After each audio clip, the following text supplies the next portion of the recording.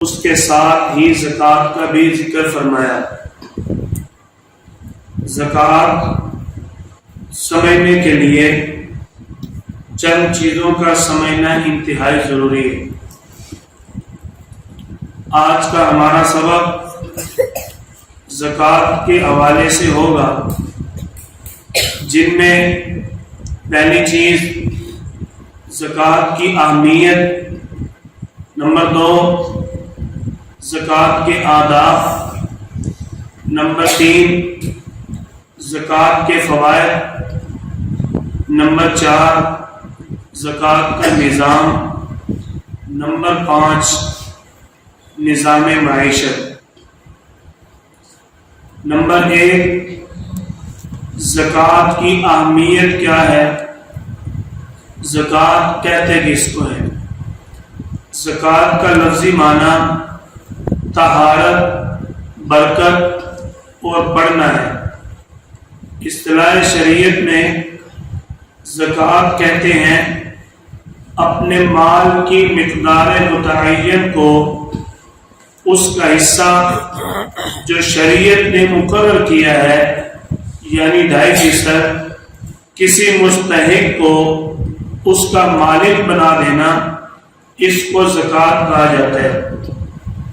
اصطلاحی معنی کہ دونوں کو سامنے اگر رکھا جائے، لغوی معنی میں برکت، طہارت، اصطلاحی معنی کہ اپنے زکوٰۃ کے مال کو کسی مستحق کے حوالے کر دینا، اس کو مالک بنا دینا۔ اس سے بندے کا مال بڑھتا بھی ہے، پاک بھی ہو جاتا ہے۔ زکوٰۃ کو صدقہ بھی کہا گیا، اس لیے کہ یہ مال کا ایک حصہ نکالنے والے کے ایمان کی صداقت پر دلیل ہے۔ زکوٰۃ کی فرضیت۔ زکوٰۃ فرض کب ہوئی؟ آپ حضرات نے سیرت کورس میں پڑھا کہ زکوٰۃ کا حکم اللہ تعالی نے ہجرت کے دوسرے سال نازل فرمایا۔ علماء کرام کا اگرچہ اس بارے میں مختلف قول ہیں، لیکن اجتماعی طور پر یہی ہے کہ ہجرت کے دوسرے سال زکوٰۃ فرض ہوئی۔ بقیہ امتوں پر بھی زکوٰۃ کا حکم تھا، جیسا کہ حضرت عیسیٰ علیہ السلام کے بارے میں سورۃ مریم میں موجود ہے، وَأَوْصَانِي بِالصَّلَاةِ وَالزَّكَاةِ۔ عیسیٰ علیہ السلام فرماتے ہیں اللہ تعالی نے مجھے نماز اور زکوٰۃ کی تاکید فرمائی۔ اسی طرح حضرت اسماعیل علیہ السلام کے بارے میں بھی موجود ہے، حضرت زکریا علیہ السلام کے بارے میں بھی موجود ہے۔ اللہ تعالی نے باقی امتوں پر بھی زکوٰۃ کا حکم دیا، اور پیارے محبوب صلی اللہ علیہ وسلم کی امت کو بھی زکوٰۃ کا حکم دیا۔ بقیہ امتوں پر زکوٰۃ کی فرضیت اور زکوٰۃ کے نصاب کا آپ صلی اللہ علیہ وسلم کی امت، ان پر زکوٰۃ کی فرضیت اور زکوٰۃ کے نصاب کا فرق ہے۔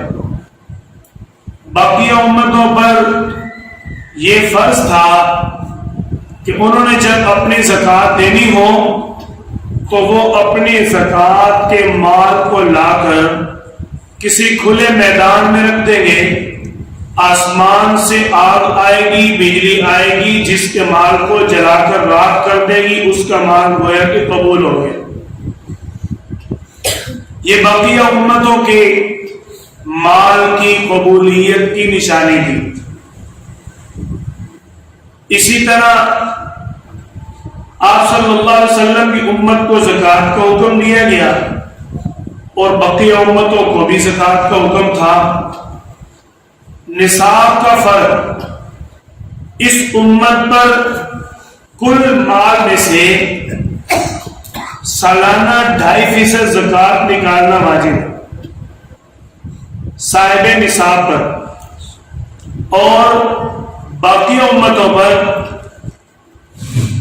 اپنے مال میں سے سالانہ 40% مال نکالنا واجب تھا. آپ اندازہ لگائیں کہاں 40 اور کہاں 2.5%. اور پھر ان کا مال جل کر راکھ ہو جاتا تھا.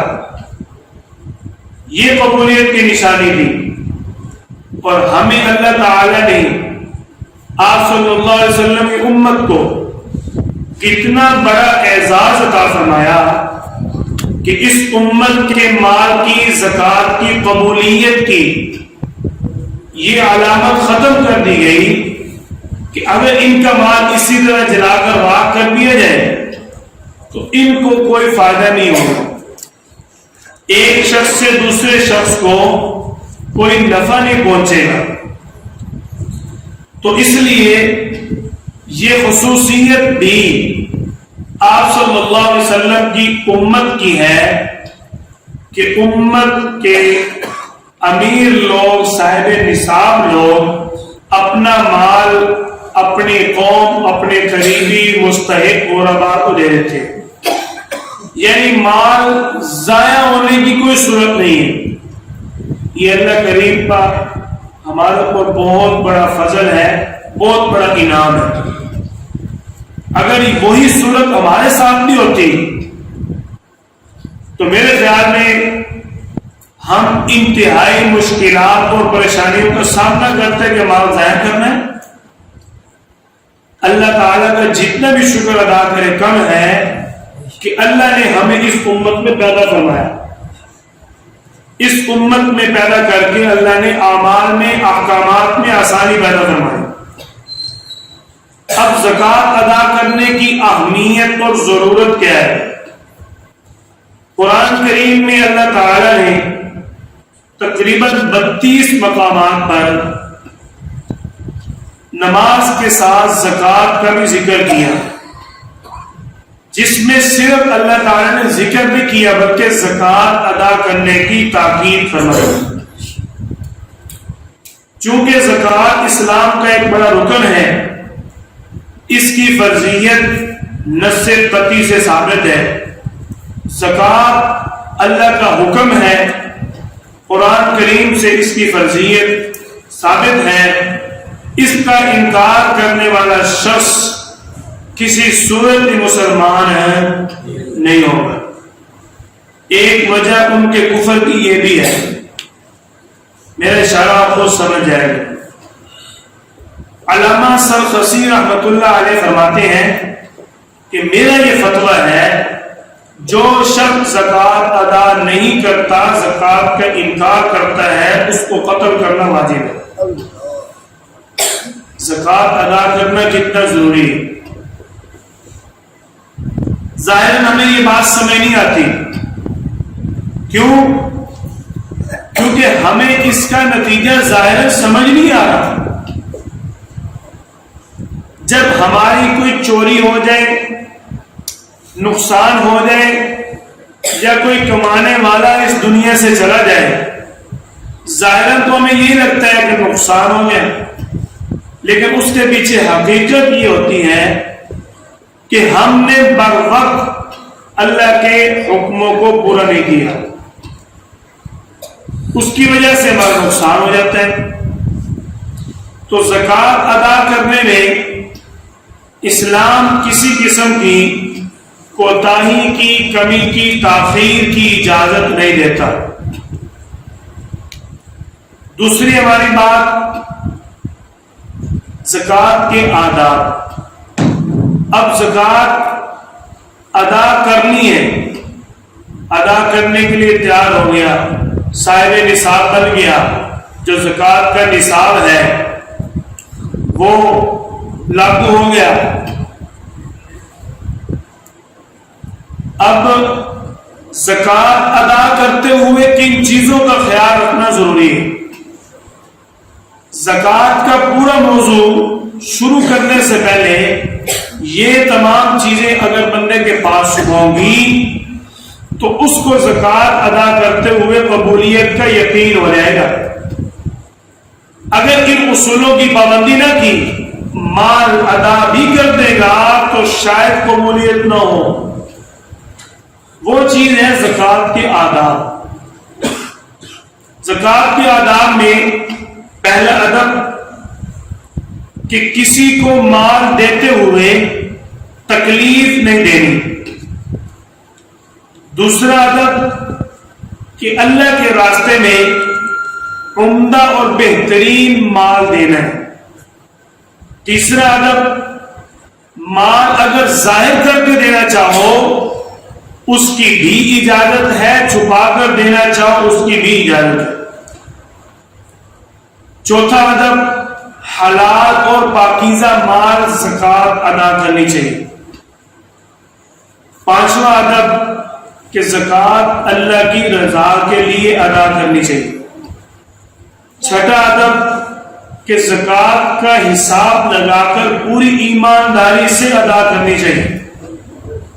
ساتواں ادب کہ مستحق لوگوں تک باعزت طریقے سے پہنچانا چاہیے۔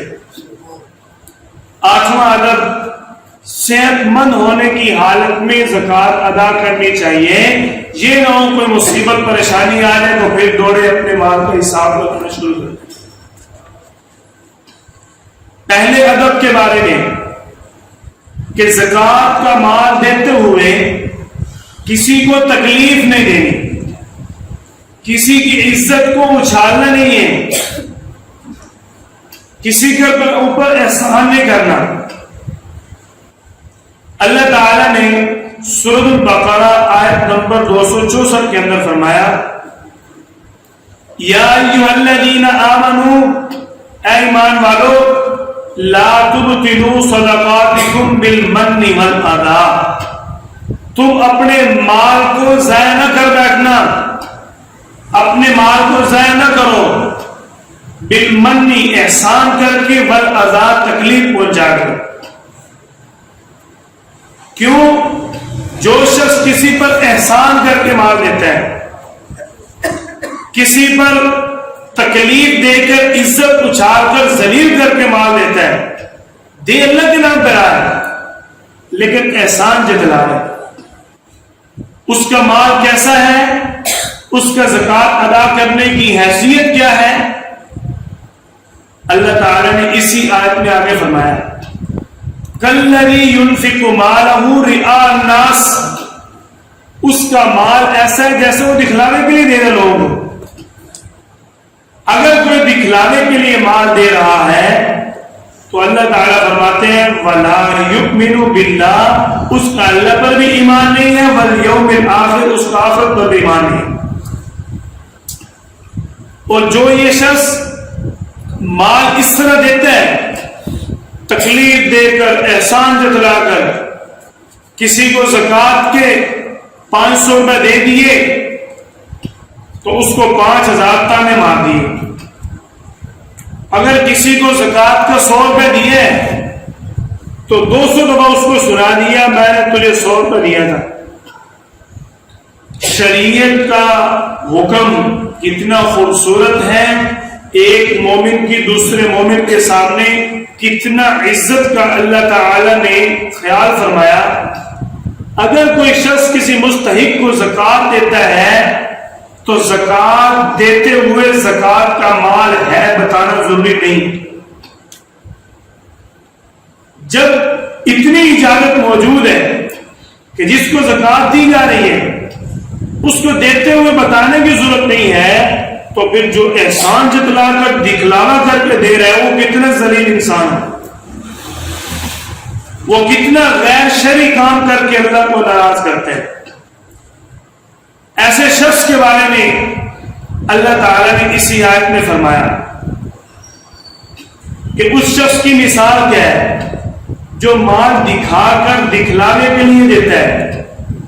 اللہ تعالیٰ فرماتے ہیں اس کے مال کی مثال دیتا ہوں، فَمَثَلُهُ، اس کی مثال ہے كَمَثَلِ صَفْوَانٍ عَلَيْهِ تُرَابٌ، اس کے مال کی مثال ہے كَمَثَلِ صَفْوَانٍ عَلَيْهِ تُرَابٌ، جیسے ایک چٹان پر گرد و غبار پڑی ہو۔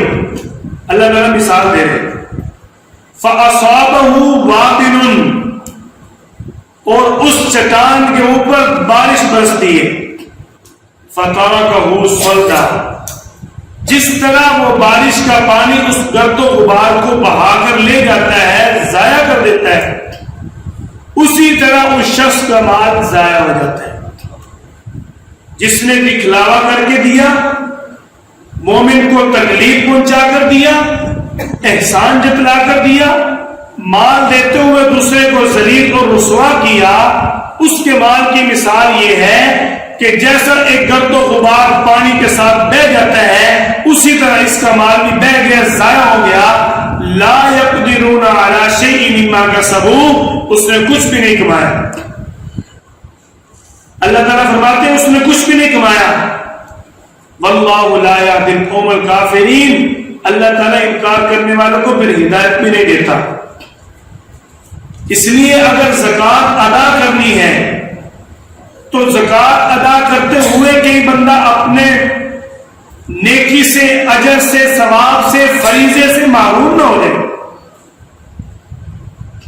اگر ان آداب کا خیال نہ کیا تو زکوٰۃ کا مال ادا کرنے کے باوجود بھی عدم قبولیت کا خطرہ ہے کہ یہ نہ مال دے بھی دیے اس کے باوجود اجر نہیں ملا۔ دوسرا ادب جو اللہ تعالیٰ نے بیان فرمایا کہ اللہ کے راستے میں عمدہ مال خرچ کرنا ہے، سورۃ البقرہ آیت نمبر 273، وَمَا تُنْفِقُوا مِنْ خَيْرٍ فَإِنَّ اللَّهَ بِهِ عَلِيمٌ۔ اللہ تعالیٰ فرماتے ہیں تم جو بھی میرے راستے میں خرچ کرو وہ اچھا اور عمدہ مال بہترین خرچ کرو، اچھے انداز سے خرچ کرو۔ کیوں؟ فَإِنَّ اللَّهَ بِهِ عَلِيمٌ، کیونکہ اللہ تعالیٰ جانتے ہیں تم مال ادا کرتے ہوئے کیا نیت رکھتے ہو۔ اگر تو گھٹیا، خستہ، نکارا، ناقص مال ادا کرو گے تو کہیں ایسا نہ ہو ہم تو اس مال سے پھٹے پرانے کپڑے دے کر جان چھڑوا رہے ہیں، کہیں وہی ہمارے لیے وبال نہ بن جائے، مال دے کر بھی نقصان ہو جائے۔ اس سے بچنے کے لیے زکوٰۃ کے آداب کا خیال رکھنا ضروری ہے۔ نمبر 3، سورۃ البقرہ آیت نمبر 274 میں اللہ تعالی نے زکوٰۃ کا تیسرا ادب بیان فرمایا کہ اگر مال تم چھپا کر دینا چاہو تو یہ بھی اجر ہے، اگر تم مال ظاہر کر کے دینا چاہو تو یہ بھی اجر ہے۔ مال چھپا کر دینے کی فضیلت یہ تو آپ سب نے سنی ہے نا، لیکن اگر کوئی شخص مال ظاہر کر کے دیتا ہے تو وہ بھی گناہگار نہیں ہے۔ بولو، وہ بھی گناہگار نہیں ہے۔ میں دلیل دوں گا انشاءاللہ، آپ پریشان نہ ہو۔ زیادہ اجر اسی چیز میں ہے، وَإِن تُبْدُوا مَا فِي صُدُورِكُمْ، اگر تم چھپا کر دو یہ بھی ٹھیک ہے، بہتر ہے چھپا کر دو۔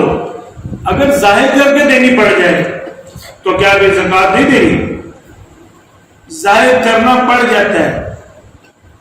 وہ مواقع چند ایسے ہیں جہاں شریعت نے ہمیں محروم ہونے سے، پریشان ہونے سے، فضیلت سے محروم ہونے سے بچایا ہے کہ بندہ یہ نہ سوچے کہ اگر مجھے بتانا پڑ گیا، ظاہر کرنا پڑ گیا تو شاید میری زکوٰۃ ادا نہ ہو، ایسی کوئی بات نہیں۔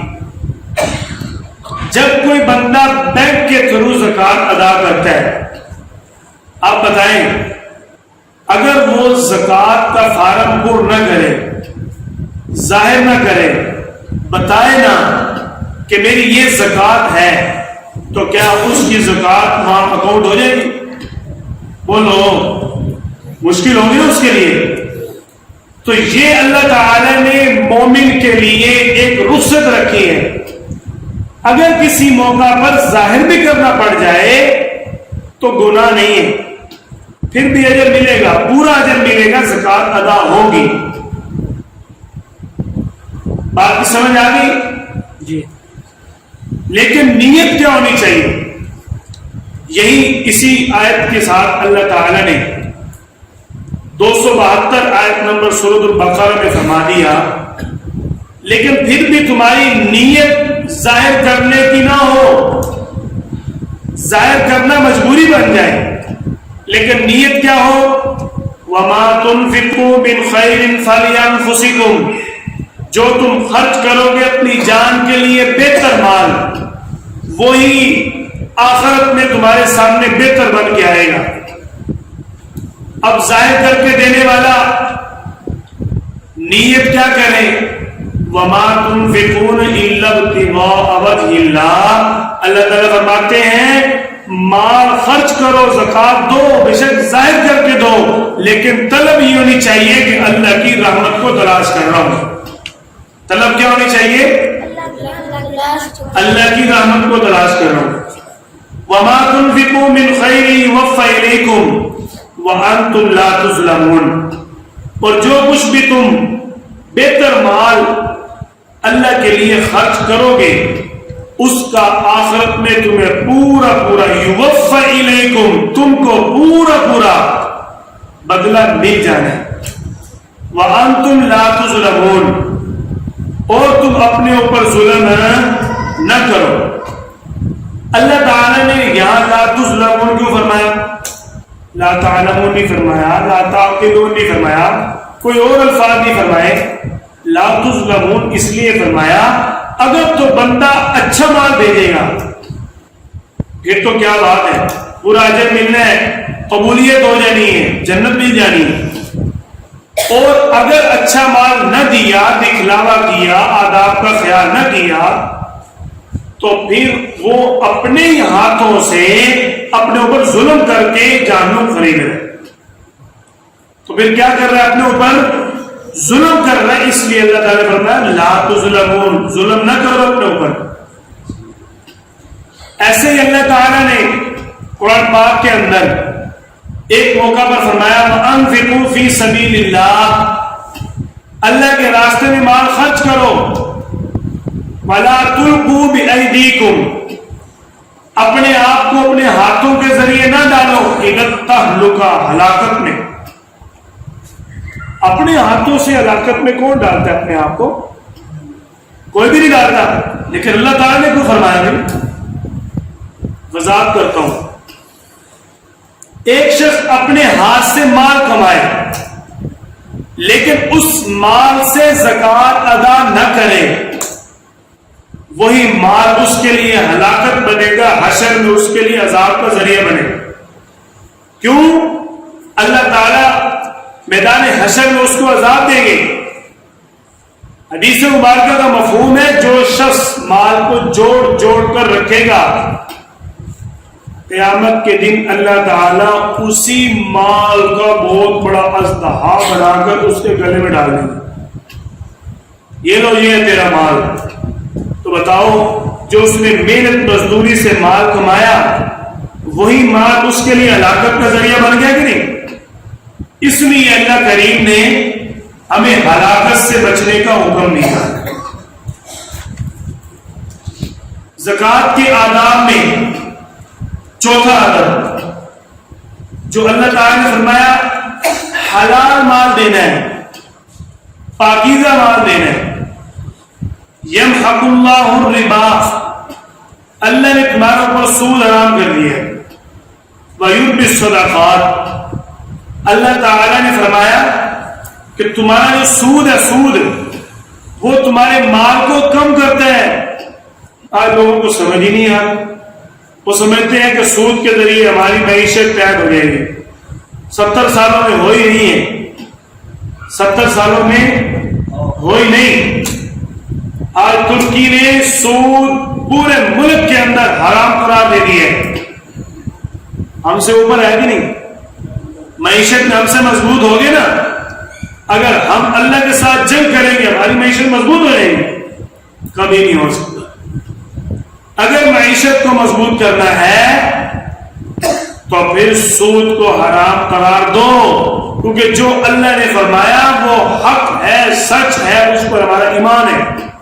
اللہ تعالیٰ فرما رہے ہیں یمحق اللہ الربا، سود مال کو کم کرتا ہے، وَيُرْبِي الصَّدَقَاتِ، صدقہ مال کو بڑھا دیتا ہے۔ آپ صلی اللہ علیہ وسلم کا فرمان مبارک مشکات شریف میں موجود ہے، جو شخص حرام مال اللہ کے راستے میں خرچ کرتا ہے اس کا وہ مال قبول نہیں ہوتا۔ کوئی یہ سوچے کہ میں فلاں کا مال غصب کر کے فلاں غریب کو دے دوں تو اس طرح اس کا مال قبول نہیں ہوگا۔ زکوٰۃ کے آداب بڑے اہم ہیں۔ بہت ساری چیزیں ایسی آج معاشرے میں پائی جاتی ہیں جو ہم نیک اعمال ادا بھی کرتے ہیں لیکن ان کو صحیح نہ ادا کرنے کی وجہ سے ہمیں اس کا اجر نہیں ملتا، نورانیت نہیں ہوتی، برکت نصیب نہیں ہوتی۔ آپ صلی اللہ علیہ وسلم نے فرمایا اگر مرنے کے بعد کسی شخص نے ایسا مال چھوڑ دیا جس مال میں سے زکوٰۃ ادا نہیں کی گئی تو وہ مال اس کے لیے جہنم کا توشہ بن جائے گا۔ جوڑنے کی ڈھیریاں نہ لگاؤ، اللہ کے راستے میں خرچ کرو۔ اللہ سخی ہے، اللہ کو سخی بندہ پسند ہے، سخاوت کا مظاہرہ کرنا چاہیے۔ پانچواں ادب سورۃ البقرہ آیت نمبر 270 میں اللہ تعالی نے بیان فرمایا کہ زکوٰۃ کو ادا کرتے ہوئے اپنے مال میں سے ادا کرنا ہے۔ وَمَا أَنفَقْتُم مِّن نَّفَقَةٍ أَوْ نَذَرْتُم مِّن نَّذْرٍ فَإِنَّ اللَّهَ يَعْلَمُ۔ اگر کوئی شخص صاحب نصاب نہیں ہے تو وہ اپنے اوپر منت نہ مانے، نظر مان کر اپنے اوپر مال واجب نہ کرے، کیونکہ جب منت مان لی جائے تو اس کے بعد میں اللہ تعالیٰ فرماتے ہیں وَلْيُوفُوا نُذُورَهُمْ، یہ پوری کرنی پڑے گی۔ اول تو اللہ کریم نے وَمَا أَنفَقْتُم مِّن نَّفَقَةٍ، ایسا مال جو نظر کے بدلے میں خرچ کیا گیا، اس سے منع فرمایا کہ نظر مانو ہی نہ تم نے کس نے کہا منتیں مانتے پھرو؟ جو احکامات ہیں ان کی پابندی کر لو تو کافی ہے۔ اگر کوئی شخص نظر مان لیتا ہے تو پھر اس کو نظر پوری کرنی پڑے گی۔ دوسرا ہمارا موضوع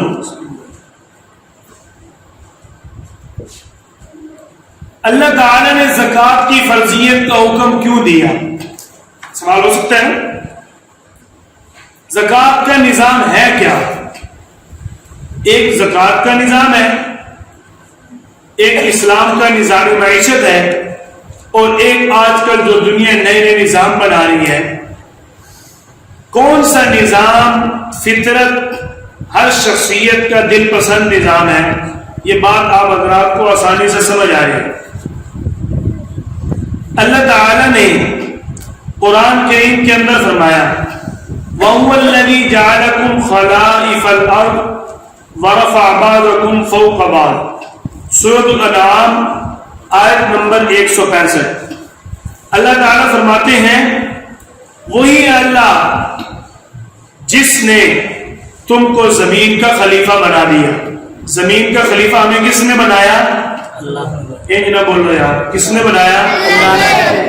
اور تم میں سے بعض کو بعض پر بلند کر دیا۔ اللہ تعالیٰ فرماتے ہیں کہ میں نے تم میں سے کسی کو امیر کسی کو غریب بنایا ہے۔ اگر اللہ تعالیٰ چاہتے تو سارے لوگ ایک جیسے ہو سکتے تھے۔ اللہ کریم نے سورۃ الزخرف میں فرمایا وَلَوْلَا أَن يَكُونَ النَّاسُ، اگر ہم چاہتے سارے لوگ اُمَّةً وَاحِدَةً، ایک ہی امت ہوتے۔ وَلَوْ شَاءَ النَّاسُ اُمَّةً وَاحِدَةً، اگر ہم بنا دیتے ایک ہی طرح کے لوگ، وَلَا يَزَالُونَ مُخْتَلِفِينَ، کسی میں کوئی اختلاف نہ ہوتا، تو اس سے انسان تنگ آ جاتا۔ ایک طرح کی زندگی گزارنے سے انسان کی فطرت تنگ آ جاتی ہے۔ اللہ نے اس لیے چند لوگوں کو مالدار بنا دیا اور چند لوگوں کو ان کے تحت بنا دیا فوق بعضهم فوق بعض، کہ بعض کو بعض کے نیچے، بعض کو بعض کے اوپر بڑا بنا دیا۔ یہ اللہ کریم کا بنایا ہوا نظام ہے۔ کیوں؟ درجات لیبلوکم فیما آتاکم، آزمانے کے لیے کہ مالدار طبقہ غریبوں کے ساتھ کیا تعلق کرتا ہے، کیا ان کو مال دیتا ہے، کیا ان کے ساتھ صدقات فرائض زکات پورے ادا کرتے ہیں، مال نہ کرتا رہے۔ اللہ نے فرمایا مال دو میں اور دوں گا، کیوں؟ اس کو اللہ یاد آتا بھی ہے کہ نہیں؟ جس اللہ نے مال دیا، اللہ تعالیٰ فرماتے ہیں یا ایھا الذین آمنوا، ایمان والو، انفقوا، مال خرچ کرو، مما رزقناکم، جو ہم نے دیا ہے۔ کیوں جی؟ میں اس بچے کو 100 روپے دوں، میں اس بچے کو بیٹا اس میں سے 10 روپے آپ نے اس کو دینے، اس میں 10 روپے آپ نے خرچ کرنے آگے اور دینے اللہ کے نام پہ۔ آپ بتائیں کیا اس بچے کی کوئی اس پہ نیکی ہے؟ بولو، کیا اس بچے نے جو دوسرے بچے کو 100 میں سے 10 روپے دیے، کیا اس نے کوئی نیکی کی ہے؟ بولو نہیں۔ کیوں؟ وہ تو میں نے اس کو دیے، اس کا تو کوئی کمال نہیں ہے۔ تو یہ میں نے مثال عرض کی۔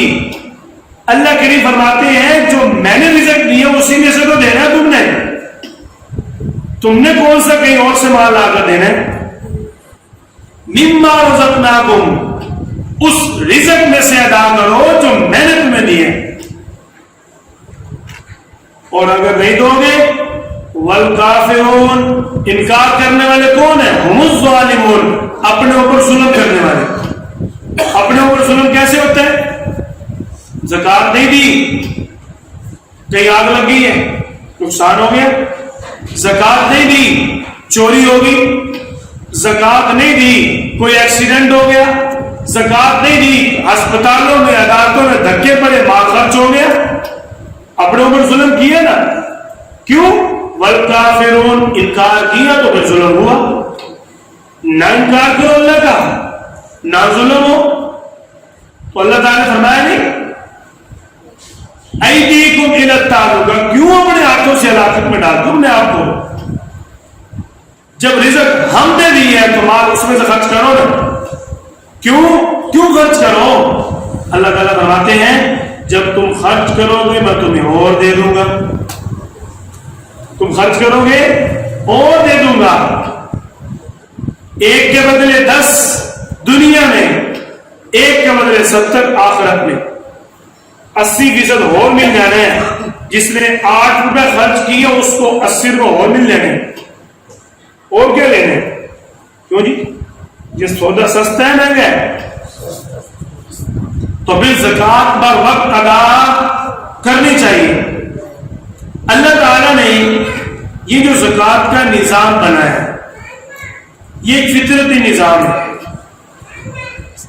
زکات کا نظام اسلام میں ایک ایسا نظام ہے جس میں پوری انسانیت کا لحاظ رکھا گیا، جس میں پوری انسانیت کا لحاظ رکھا گیا، لیکن اس نظام سے فائدہ صرف مسلمان کرتے ہیں۔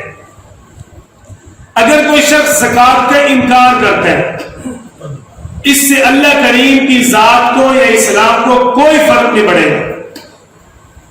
اس شخص کا اپنا نقصان ہے جو زکات کا انکار کرے۔ یہ فطرت نظام ہے۔ کیوں؟ پوری انسانیت کا فائدہ ہو۔ اس نظام کو تسلیم کرنے والے کا فائدہ ہے، انکار کرنے والے کا نقصان ہے۔ کیوں؟ سب جانتے ہیں کہ دنیا کے اندر جتنے بھی لوگ ہیں سب کا نظام زندگی ایک نہیں ہے۔ جوید صاحب کا اور ہے، بھائی کا اور ہے، فیصل صاحب کا اور ہے، ان کا اور ہے۔ جتنا مال بھائی فیصل کے پاس ہے اتنا آپ کے پاس نہیں ہے۔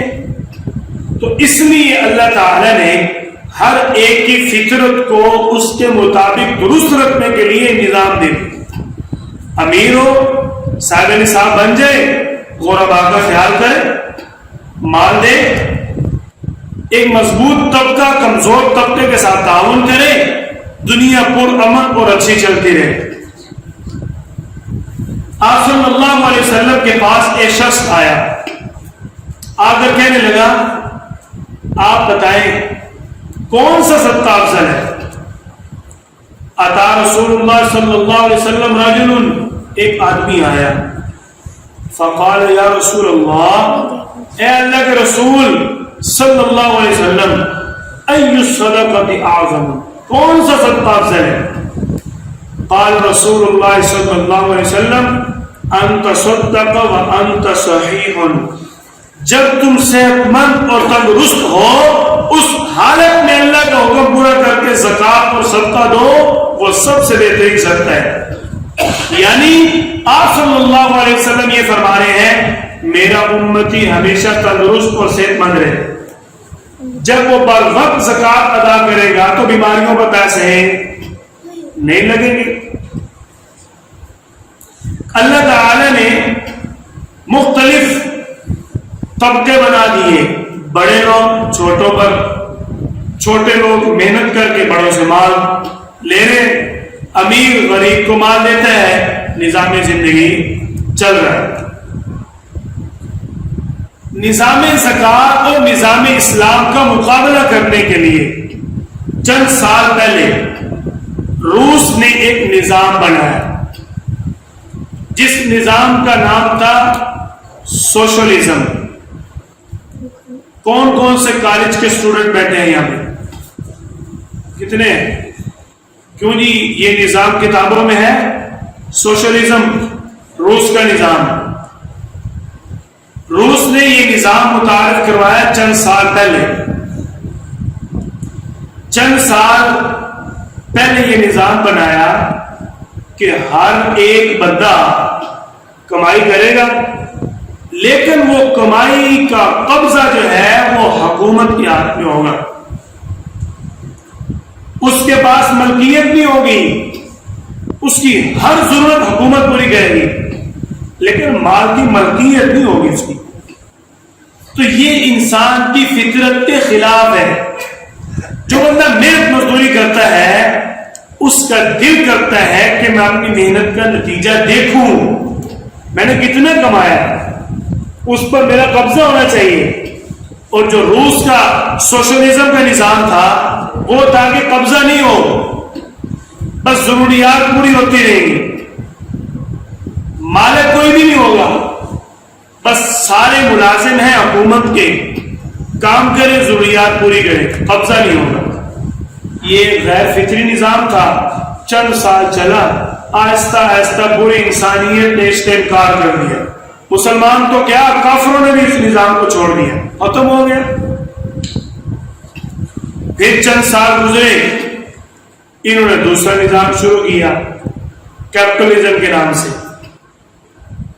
کیپٹلزم کا نظام سرمایہ دارانہ نظام، جس وجہ سے آج ہمارے ملک کی معیشت کمزور ہے، جس وجہ سے آج ہمارا ملک ترقی نہیں کر رہا۔ پیسہ چند ہاتھوں میں محدود ہے، امیر امیر ترین، غریب غریب ترین ہوتا جا رہا ہے۔ اس کو کہتے ہیں سرمایہ دارانہ نظام۔ یہ نظام بنایا انہوں نے، اس نظام سے بھی دنیا آہستہ آہستہ اکتاتی جا رہی ہے، تنگ ہوتی جا رہی ہے۔ آپ نے دیکھا ہے کتنے لوگ ایسے آئے کہ مال سب کچھ موجود ہے، اتنی وافر مقدار میں دولت موجود ہے کہ اگر وہ 50,000 سال بھی جینے کے لیے رہے تو وہ اکیلا کھانے کے لیے ختم نہ ہو۔ 2-3 سال کا مال جمع پڑا ہے، 3 4 صدیوں کا مال جڑا ہوا ہے۔ اتنے امیر ہونے کے باوجود خودکشی کر لیتے ہیں۔ کیوں خودکشی کرتے ہیں؟ کیونکہ وہ نظام سرمایہ دارانہ نظام فطرت کے خلاف ہے۔ سب کچھ حاصل ہو گیا، اب کیا کریں؟ اب سکون کہاں سے لائیں؟ سکون تو ملنا تھا نظام اسلام میں، تو آپ نے سرمایہ داری کی سرمایہ بنایا، اپنی جان کا سکون دیکھا نہیں، غریبوں کو کھلایا نہیں، اب سکون کہاں سے آئے؟ یہ ہے سرمایہ دارانہ نظام میں تکلیف، اذیت، اپنے آپ کو ہر چیز ہونے کے باوجود پریشان، 10 گولیاں کھا کے سوتے ہیں، نیند پھر نہیں آتی۔ کیوں؟ سرمایہ دارانہ نظام ہے نا، اسلام کا نظام نہیں ہے۔ آپ نے سنا ہی ہے، ابھی 1.5-2 ماہ پہلے کی بات ہے، کرنل عاصم کو کسی چیز کی کمی تھی، اس نے خودکشی کر لی۔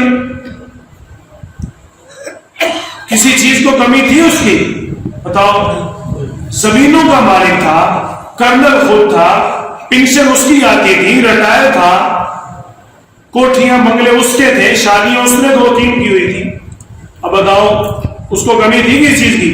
لیکن کیا تھا؟ سرمایہ دار تھا۔ تو سرمایہ دارانہ نظام میں سکون نہیں ہے، اس لیے اللہ کریم نے نظام اسلام، نظام معیشت، نظام زکوٰۃ بنایا کہ بندے کے پاس جب حد سے زیادہ مال آ جائے، 52.5 تولہ چاندی، 7.5 تولہ سونا سے زیادہ مال آ گیا، سال گزر گیا، اب یہ اس کی اپروچ سے زیادہ مال ہے، کسی کو دے اور دل کو سکون حاصل کرے۔ کھانے کا مزہ تو چکھتے ہیں نا، لیکن جب کسی کو کھلاتے ہیں وہ کھانے سے بھی زیادہ مزیدار ہوتا ہے۔ آپ نے نوٹ کیا ہوگا، جب بندہ کسی غریب کی مدد کرتا ہے اور وہ مسکراتا ہے، یقین کرے اس کی مسکراہٹ سے آنکھوں میں آنسو آ جاتے ہیں، تو نہیں آتے ہیں کہ نہیں؟ فطرتی سکون ملتا ہے، یار یہ کتنا پریشان تھا، میں نے اس کی مدد کی، خوش ہو گئی، وہ خوش ہوتا ہے، ہمارے دل کو بھی خوشی ہوگی۔ تو یہ سرمایہ دارانہ نظام، کیپٹلزم جس کو انگلش میں کہا جاتا ہے، یہ نظام بھی اسلام کے خلاف اٹھا، اب یہ بھی دن بدن ختم ہوتا جا رہا۔ طبیعت اکتاتی ہے لوگوں کی، تنگ آ جاتی ہے۔ کئی لوگ ہم نے دیکھے کافر، سب کچھ ہونے کے باوجود خودکشیاں کر رہے ہیں۔ اسلام کے اندر سکون ہے۔ تو ان دونوں نظاموں کے درمیان اللہ کریم نے ایک تیسرا نظام بنایا، نظام زکوٰۃ، نظام معیشت۔ نظام معیشت کیا ہے؟ کمزور طبقہ کے ذریعے مالدار طبقہ مال کماتا ہے، لیکن کمزور طبقہ کو ان کی اجرت ادا کر دیتا ہے، ان کی روزی روٹی بھی چل رہی ہے، ان کی بھی چل رہی ہے۔ لیکن سال بعد جو مالدار ہے وہ کمزور کے ساتھ تعاون بھی کر دے، وہ بھی آہستہ آہستہ آہستہ مالدار ہو جائے گا، دونوں سکون میں، دونوں پریشانی سے بچ گئے۔ ایسے ایسے مالدار سرمایہ داران پاکستان میں موجود ہیں۔ مولانا تاج صاحب فرماتے ہیں اگر صحیح حساب لگا کر بر وقت زکوٰۃ ادا کریں، ہمارے ملک میں 80% غریب ختم ہو جائے، 80% غربت ختم ہو جائے۔ ہمارے شہر کے اندر جن کو ہم جانتے ہیں، کئی لوگ اس طرح کے ہیں۔ ابھی 3-4 ماہ پہلے کی بات ہے، ایک حاجی صاحب میرے پاس آ کر رونے لگے، بہت بڑا کام ہے ان کا، بڑا پریشان ہو۔ قاری صاحب میرے کیا ہوا ہے؟